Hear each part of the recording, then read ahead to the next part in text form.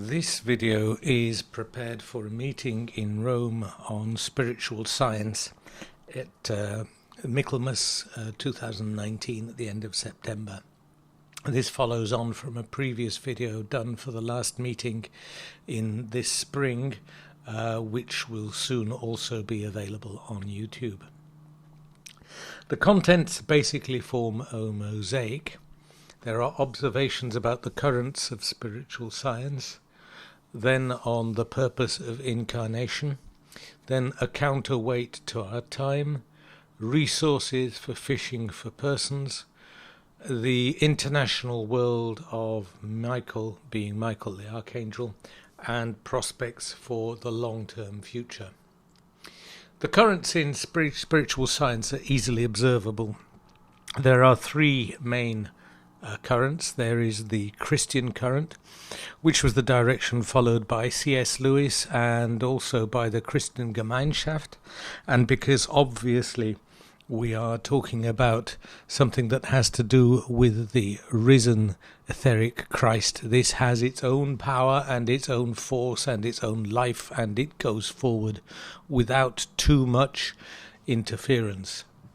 The scientific current, on the other hand, which was the direction of Tolkien and of the Anthroposophic Society, has been somewhat hampered by the purely theoretical approach that has prevailed within the Anthroposophical Society, and is currently somewhere where I can only say that it needs revivifying, re-enlivening, and the current that is able to do that is the Italian current, which follows the direction of Massimo Scaligero, in particular in the practice of the exercises, since everything in spiritual science, the Christian, the scientific, and everything else comes from the practice of the exercises, and the knowledge that is derived therefrom is the foundation of everything that came later. Now, the purpose of incarnating, if we think about it obviously enough, is the discovery of the higher self as an inner experience. This is absolutely vital, especially in the form of living Christianity, because the etheric logos, or the word that lives, is in the higher I. It is its home, and it is really the source of the higher self in any event. Now, how do we access it? Access is really only possible, in the first point, either through predestination, and that involves a personal karma, or it comes through the practice of exercises and the courage required to live death every day, in such a sense that the willpower that is required for concentration and so on to reach that kind of level is the same as facing death. Victory is possible, and that is the important point, that it is not only possible, but if you keep at it, it is unavoidable. The path is, however, one of self-giving. The Logos gives itself to us, and in return, we can give ourselves to the Logos and unite all the more, and therefore come closer to our purpose in incarnating and perfect ourselves ever more. Now, the whole of the inner path is a counterweight to our time. Now, our time is one which is characterized by total selfishness, which is the evil that we ask in the Lord's Prayer to be delivered of. It is one that is characterized by total superficiality. It is one where people are moved by fear of the unknown, fear of actually looking inside. Extreme example quoted by the co-author of Trump's book, The Art of the Deal, was that Trump himself dare not look within for fear of what happens if I don't like what I see.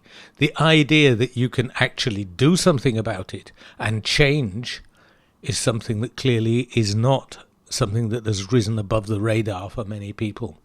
The 5 exercises are the key to the way going forward. Concentration, which gives us direct access to the Logos in thinking, and it does not teach us what to think, but it shows us how we think, and by tracking back how we arrive at everything, we realize that we are in touch with the foundation of all that exists, because everything that exists as meaning, and meaning is the root of the Logos. The second exercise of pure action shows that we can act using our free willpower, regardless of whatever programming, power, pressure, or whatever we're under. And that is absolutely vital so that we can build up our inner freedom, which is the absolute essence of the way in which we liberate ourselves from interference. Then equanimity is a vital exercise that teaches us how to reach our inner balance in the depths of peace in the soul, and how to spread it around us. Positivity is not just a means of producing positive results, as the secret community would have you believe, that they can manipulate reality by positivity. It is instead a means of communication between the inner world and the outer world, which is developed through this exercise, particularly in its third stage. And then finally, open-mindedness allows the possibility of miracles to take place in the world around us and come to meet our inner I as the entity that creates them. Pure perception is an exercise of similar to concentration, but where we go into the nature of our perception using each and every one of our 12 senses. This is absolutely vital because it allows us to see things stripped of the thought contents which we tend to graft upon them and distort our reality. Similarly, the memory review exercise is absolutely essential, because by using it we can wring out absolutely everything that life has to teach us as a lesson, and use it to go forward using not some external dogma or some external ethics that are imposed upon us, but based upon the ethics that our own life produces through the Lord of Fate itself. Meditation of the Resurrected One is also absolutely vital, because it is there that we understand that we have an ally in our deepest nature, in our higher I, that has overcome death, that has overcome pain, and that loves us and can help us to go forward with living light, which is his true nature, and that light illuminates the path for us going forward. I strongly suggest in this case meditating not just the opening prologue of the Gospel of St. John, but the descriptions of the resurrection in all the Gospels, and in particular the description in Acts of the Apostles of the encounter between St. Paul and the Christ, because there it was only the resurrected Christ that came to meet Paul. He had no knowledge before, and his discourses on love, which are fantastic, also spring from that experience. Finally, the Michael meditation is essential, because Michael is the thought leader of our cosmopolitan age, and he is the one who threw down to earth the spirits which are now in charge, as it were, of all the various ways of deception that are unleashed upon us, and through his power we can have an ally to help us to overcome. Now, the way in which we go around fishing persons, which is the true role of anybody with contact with living Christianity, is continuity for the next generation. Now, there is a generation of people, including myself, who have worked for most of a lifetime on the inner work that was set out by Scaligero. And it is important that since every one of us has taken an individual approach to those exercises, that we do not lose what we already have whilst people are alive. So each approach should be documented, and this should be done exploiting the technique of memory review, and that documentation should, in my view, be done using video so that less impact is lost than if simply we put out the written word alone. I suggest approaches for organising the handover of content should be devised, not just one, as suggested above, but various other things, such as previously suggested in my previous video, the creation of a school where apprentices are passed around from master to master so that they can find an approach that suits them best. And it should be stressed that every resource, every activity, everything is done that is entirely voluntary and depends purely upon the free will of every person involved.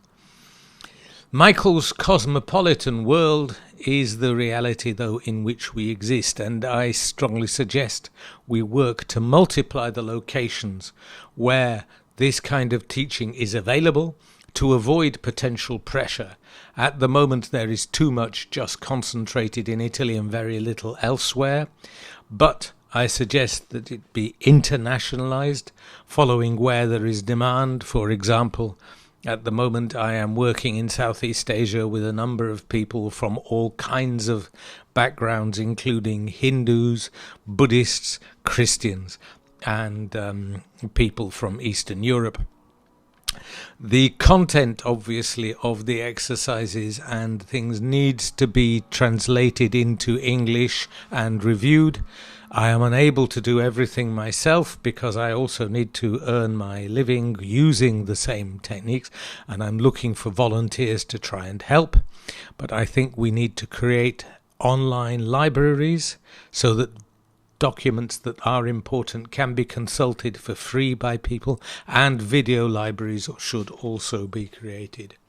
So once this is all done, and once we have successfully passed on the contents to the next generation, and we ourselves excarnate and come back, how will the future look? I believe through the conscious merger of the higher I and the imminent, that is, living in us, Logos, we will come back with a memory of reincarnation. We will be able to see the living light in every person as a source of love, and see the living light everywhere in the environment, which will re-enliven the environment, which at the moment is polluted by dead thinking far more than just the poison that man is spewing out at the moment. The Logos' capacity to defeat pain and death will absolutely be essential, because it is likely that there will be all kinds of mind programming unleashed upon anybody with a memory of reincarnation as a means of trying to suppress the reality. But if we are protected by the Logos, we will have the true grace of being able to help our fellow human beings when they are in times of need. And that is what I hope this will all produce. Thank you for your time. Now the question is up to you. What are you going to do? Thank you.